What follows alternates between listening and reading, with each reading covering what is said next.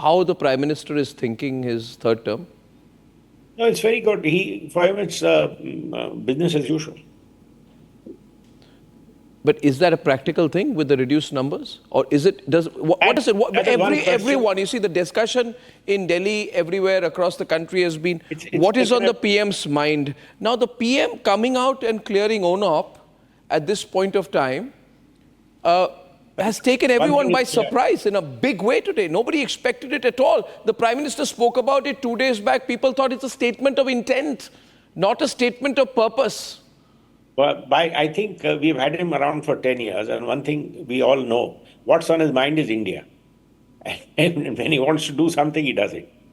If he's convinced something is good for the country, he tries to do it. So maybe uniform civil code as well? I missed that out. I hope so. I'm a strong voter of the uniform civil code. So in sum total, to start the public conversation, Mr. Salve, a lot of people watching, a lot of people follow you, respect you greatly. What is your pitch to an average Indian, even a young voter today for the politics to one side. My pitch is honestly, put the politics to one side. The fortunes of politicians are determined by the voters, and I think our electorate is now mature enough to know whom to vote for.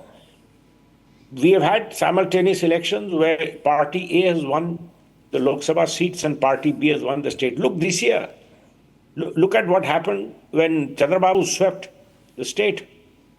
But their coalition did not have success at the Lok Sabha elections. So, please do not discredit the intelligence of the Indian voter.